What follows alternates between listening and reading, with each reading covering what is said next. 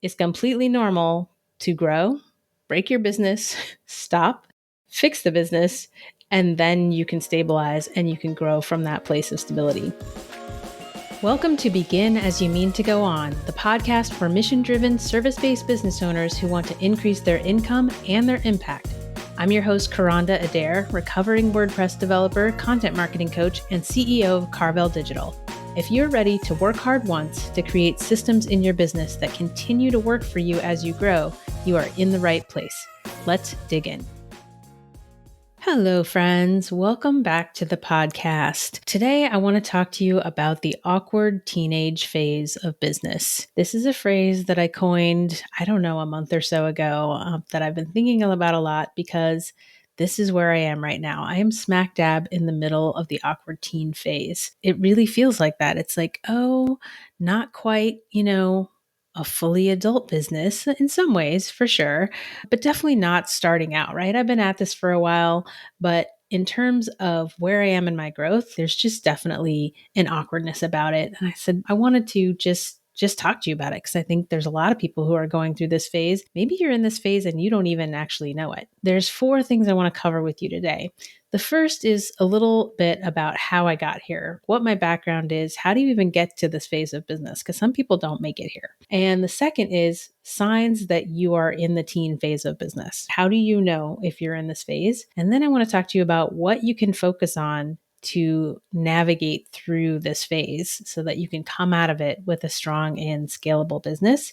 And then I want to talk to you about what to watch out for, things that are road bumps that can be avoided. So that's what I want to cover with you today. Let's get into it. Before I do that though, if you're new to the podcast, go ahead and do me a favor, listen to this entire episode. And then if you found this valuable, if I've said something that's made your business easier or your life easier, please say thank you by going and leaving a 5-star rating and review. That's going to help us get the word out and help get this podcast in front of other people who can also benefit. So let's dig in. I want to tell you that I did not always want to grow my business. When I started out as a WordPress developer, making $500 websites for people, I just imagine myself coding into the sunset, never growing a team. I thought that sounded hard and messy, and I didn't want to deal with people and having to hire, and it just seemed too much work. And guess what? It is a lot of work, and it is messy. People are messy. And it doesn't matter if those people are people on your team or your clients. If you're in life, if you're in business, you have to deal with other people,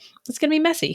So let's just accept that and move on. But in the beginning, I just had this very pure vision that just involved me, myself, and I. When I really grew out of that is the very first mastermind that I was in. The mentor of that group made this beautiful analogy about a restaurant. And he talked about trying to run a restaurant all by yourself. You have the front of the restaurant and you have the back of the restaurant. So in the beginning, you're up front, you're seating the people as they come in and you're taking their orders. And then you have to go to the back of the house and you have to make their order. And then you have to run their order back to them. And you have to check on them. If you're one person with a service business and you're trying to do all these things and you just have a few clients, you can probably get away with that for a while. But as your business grows, if you're a service business, you're going to start to run into problems because there's only one of you. And while you're in the back of the house trying to make the order for someone else is at the door waiting for a seat, getting annoyed probably. He made this analogy, and that's when I really accepted that the goals that I had and the business that I wanted to grow was going to require a team at some point.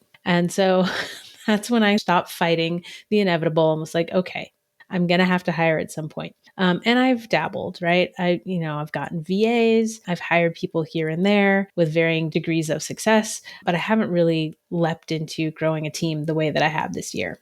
Let me talk about the signs that you're in the teen phase, right? Because when you start out in business, and this is not, when I say start out, it's not necessarily that you're in your first year. Some people are in their 5th year and they still haven't figured this out. But the things that you tend to struggle with tend to be the sales and the marketing. When you're starting out, you're usually focused on where's my next dollar coming from? Where's my next client coming from? A lot of your energy is focused on that sales and marketing and just getting people in the door. A sign that you're getting into the teen phase is when your sales and marketing are actually working pretty well. They're working pretty well and you have a system going and people are coming in the door and you're not so worried about like where are clients coming from. And now on the flip side, you're starting to feel that crunch of, oh, I actually have a lot of clients. How am I going to deliver all this work? Right? Especially if it's just you or maybe just you and one other person, and you start to burn that midnight oil, burn that 5 a.m. oil. And that's when you might start thinking, I really need to get some help, and start thinking about and start taking action on growing your team. That is what happened to me this year. And I'm going to talk more in detail about that in a future episode. But basically, I had what they call the hockey stick in the startup world, where you have this very sudden in air quotes, right? Because I've been at this for almost 8 years at this point, but you have a very fast spurt of growth, and it becomes clear that like you better get help and get it right now. In May of 2020, it was basically me, myself, and I doing just about everything in the business. Like I have a little bit of help in terms of on the finance side. I have help on the maintenance side for like my site, my websites and things, but it was really just me like doing all the work. And then between June and about August of this year, it went from just me to 6 people, maybe 7, depending on how you count. So that's a lot. That's a very fast growth. So some of the things that happen when you start to experience this, one is the crunch with fulfillment. So you can get help for that, right? So I got help and that side is going pretty well. But the other thing is that as you grow your team, you now have to start to lead your team. And the thing that you really need to focus on, and this is the third thing I want to talk about, is your systems. Because when you start to grow a team and when you start to get more clients coming through your business, systems are what's going to save you. And this is the point at which you probably realize that your systems are held together with duct tape and prayers, or that you just don't have any systems and you've just been winging it with everything in your head. So if that's you, if either one of those is you, the thing that you need to focus on is really systemizing your business. That means actually getting things out of your head about how the business runs, about how you deliver your service, like whatever your secret sauce is, whatever your magic, you have to get it out of your head, even if it's still you delivering, because it might not always just be you. But the admin tasks, the other things that you need to pass off, you need to get that out of your head. And a lot of people just don't find this stuff to be very interesting or very fun. And that's okay, because what you're going to love is the results. If it's not you, if this is not your jam, find someone who does love it. I happen to really like systems and processes and nerding about how things get done and how can we document it and how can we make it so that we get the same outcome every time. I love that stuff because I really like the freedom that comes when you get it right. I like the process and I like the freedom. If you just like the freedom, that's fine. Get somebody else who loves the process, who can do it for you. But I'm going to tell you a very simple process that I learned so that you can start doing this stuff and it doesn't have to be super tedious. Okay. When you are doing a task, instead of just doing the task and moving on, fire up a video and record what you are doing. Especially if it's anything involving computers or anything online, it's really easy to fire up Loom, which is a video service, and just record what you're doing as you're doing it and talk through how you are actually doing the thing, talk through your thought process, how you make decisions about things. If something goes wrong while you're doing the task, don't erase it and start over. Talk through that too, because everything's not going to go perfectly when you start to hand this off to people. If you just spend the extra couple minutes to actually record that and then name it something meaningful and store it, then when you get that help, when you get your virtual assistant or you get that support staff on your team, those people can actually take that and they can make it into actual documentation with written out instructions, screenshots, all that good stuff. Okay. It doesn't have to be you that does it. And in fact, on another podcast that I was listening to from Evolved Finance, I learned about a company called Prosulum. All they do is train virtual assistants to document processes in your business. And so when I heard this podcast, before I shared it, I actually went and I booked a call with the owner myself because I was like, let me secure my spot first before I share this with anyone else. And I booked a call with the owner and I hired one of their VAs who's now on my team. And she's been doing an amazing job of taking the processes we already had and moving them over to our current system, of documenting new processes. And now we have a giant list of, not everything is totally fleshed out, but we have a giant list of here's how we do things in the company. And it's great. And then if we change how we do things, or if we give them to someone to actually perform the task and it doesn't come out the way we want, then we go back and say, okay, where did this go wrong? Where do we need to tweak the process? And we might make a new video that's just, here's an update to this. Okay. So I'm super, super excited to finally have a team and to finally have those processes accessible in the place where we do all our work, which is ClickUp. That's the tool that we use to manage all our tasks. And I was so excited about this when we kind of got the bulk of the work done that I made a video and I put it in my client group. I was like, hey, here's how we do our systems and processes. And it was like crickets. Right. I could see, Facebook tells you like, oh, 12 people saw this, right? And there was maybe like one like, right? And then we had our coaching call last week.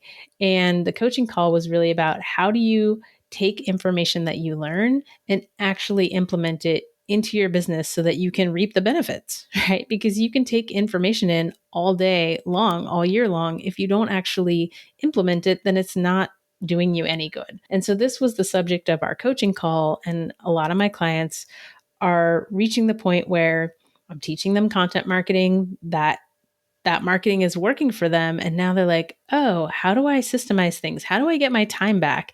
And so we're talking about, and I was actually showing them examples of this is exactly how I do things so that I get my time back and I'm not stuck in my business all the time. And then they started to get excited because they could see exactly how it could benefit them. I said, okay, now that you're all excited about this, go back and watch that recording. You don't have to love the process, but you will love the result, and you do have to make sure that the process happens.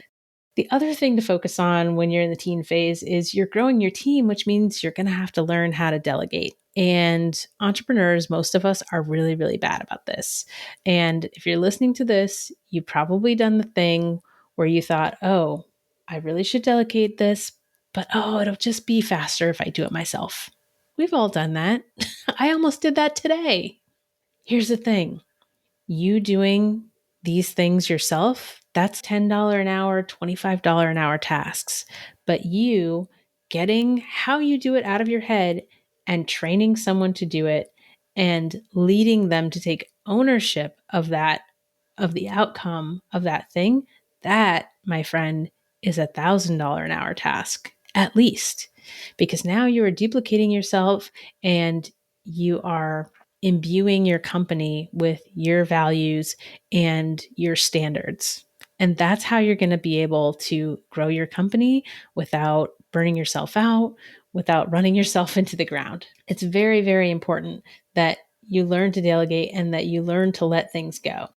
One of the conversations that I was having with a group of my business besties, we're all in a Voxer pod together, and we were talking about this delegation and outsourcing. And like, when do you do something yourself and when do you outsource it? Here's my take on that.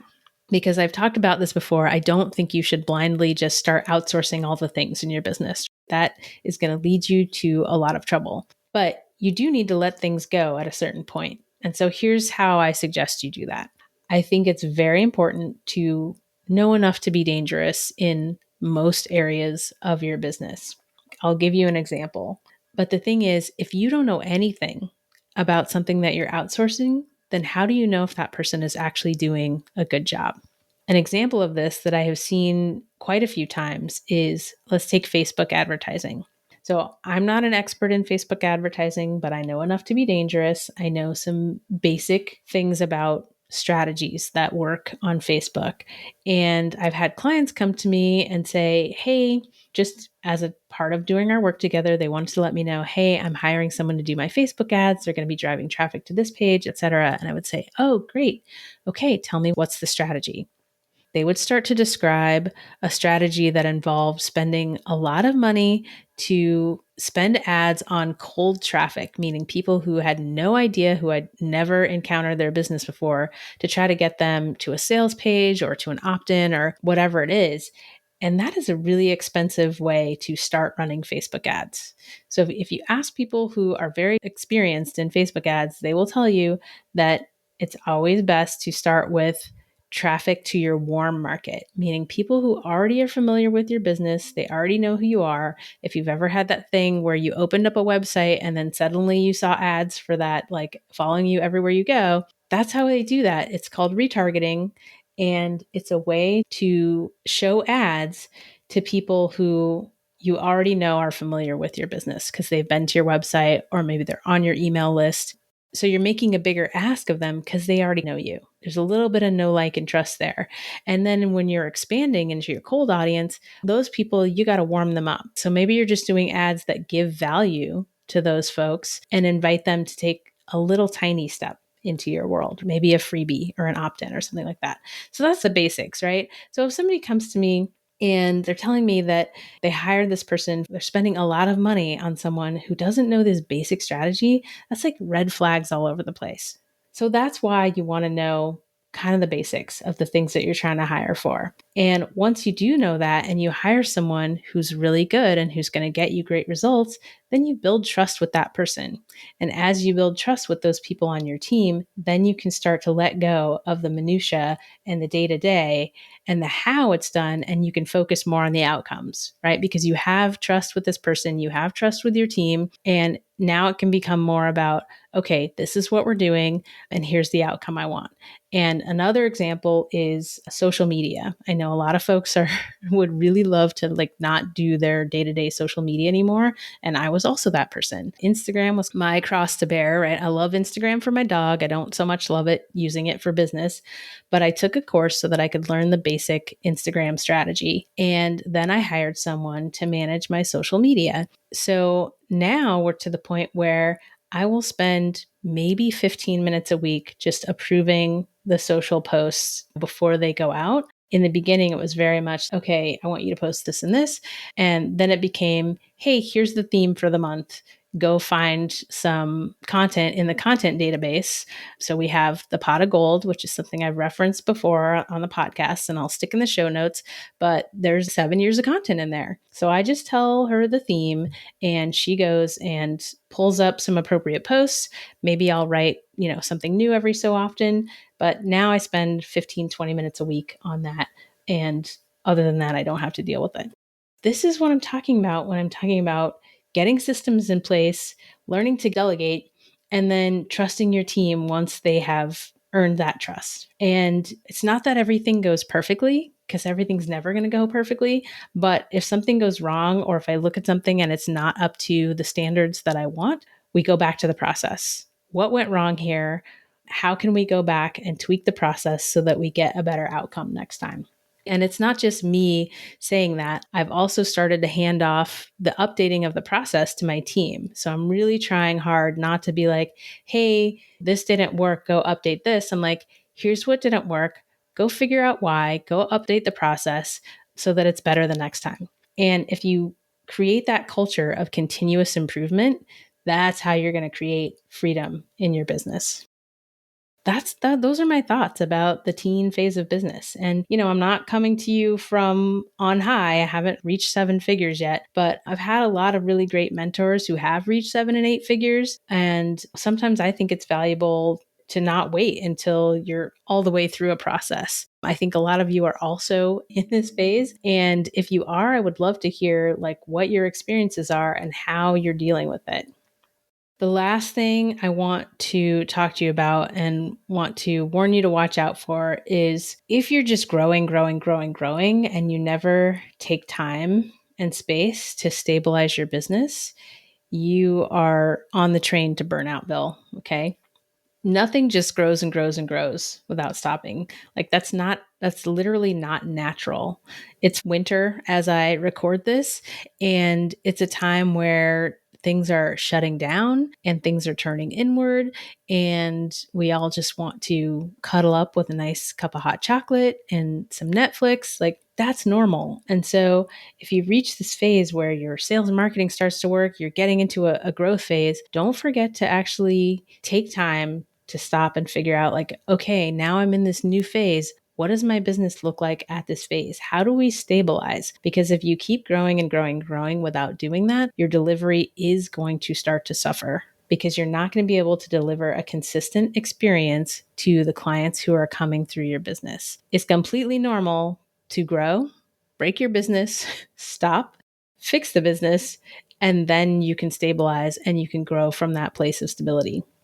So that was the last thing that I just want to leave you with. And I hope some of you are nerding out on this and getting value from this. And I would love to have a discussion with you. So definitely come over to the Service CEOs group and let's talk about this. I want to know, have you been through this phase? Do you have some words of wisdom for us from the other side? Are you in this phase? And what is your biggest struggle out of all the things I talked about? What's your biggest struggle? Or, what's your biggest win that you're having? I'm going to make a post just for discussion about this. So you can come and you can post on that post, or you can just come and make your own post. But I definitely want this to be a two-way conversation because I think that's when it gets really fun. All right, y'all, that's what I have for you today. Thank you so much for listening. And if it's your first time with me, now is the time. If you found this valuable, where you can go and leave your 5-star rating and review. I really, really appreciate that. And it helps us get the word out and get this information in front of more business owners who need it. And if you are a longtime listener, all 9 episodes, and you haven't left a review yet, what are you waiting for? You can go right now. You can open up your app to leave your review, and this will keep playing in the background. So thank you so much. I'll see you over in the Service CEO group. And until we talk again, begin as you mean to go on. Content Bootcamp is my 12-week flagship program for mission-driven, service-based business owners who want to get their genius out of their head and onto the internet where it can be working for you 24/7. Every week we start our live coaching call by sharing wins. And in the past month, clients have shared how they've added $50K in revenue to their bottom line this year, or how they had to miss a coaching call to onboard all the new clients they got from implementing what they learned. I would love for you to join us and share your wins every week. And right now, you can get up to 4 extra weeks in our awesome community for the same price as the 12-week program. All you have to do is join before the end of 2020. The clock on your 12 weeks won't start until January 4th. That means you could get up to 4 extra weeks of access to our amazing community support and coaching and get a jump on your marketing goals for the new year. If you wait until January to start working on your New Year's goals, you're already behind. Apply to join us by going to carveldigital.com/bootcamp. I'll see you inside.